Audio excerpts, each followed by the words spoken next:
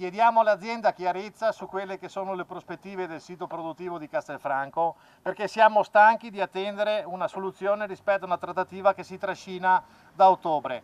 I lavoratori della Berco chiedono impegni chiari al gruppo ThyssenKrupp sul futuro dei 150 lavoratori di Castelfranco Veneto in sciopero da 16 ore. Attualmente le prospettive per lo stabilimento veneto sono incerte dopo la dichiarazione unilaterale di licenziamento per 247 dipendenti della sede di Copparo.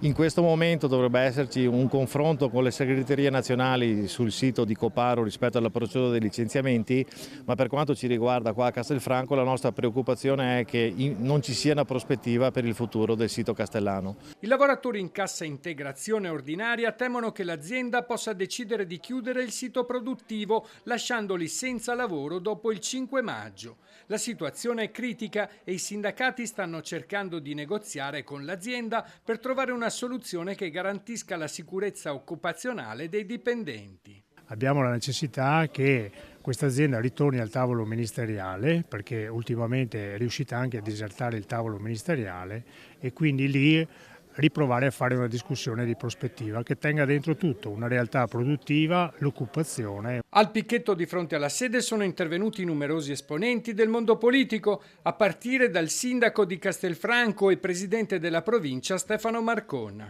Questa crisi che oggi vede investito solo Copparo non può essere lasciata sola, anche perché il sito di Castelfranco Veneto va a braccetto con quello di Copparo.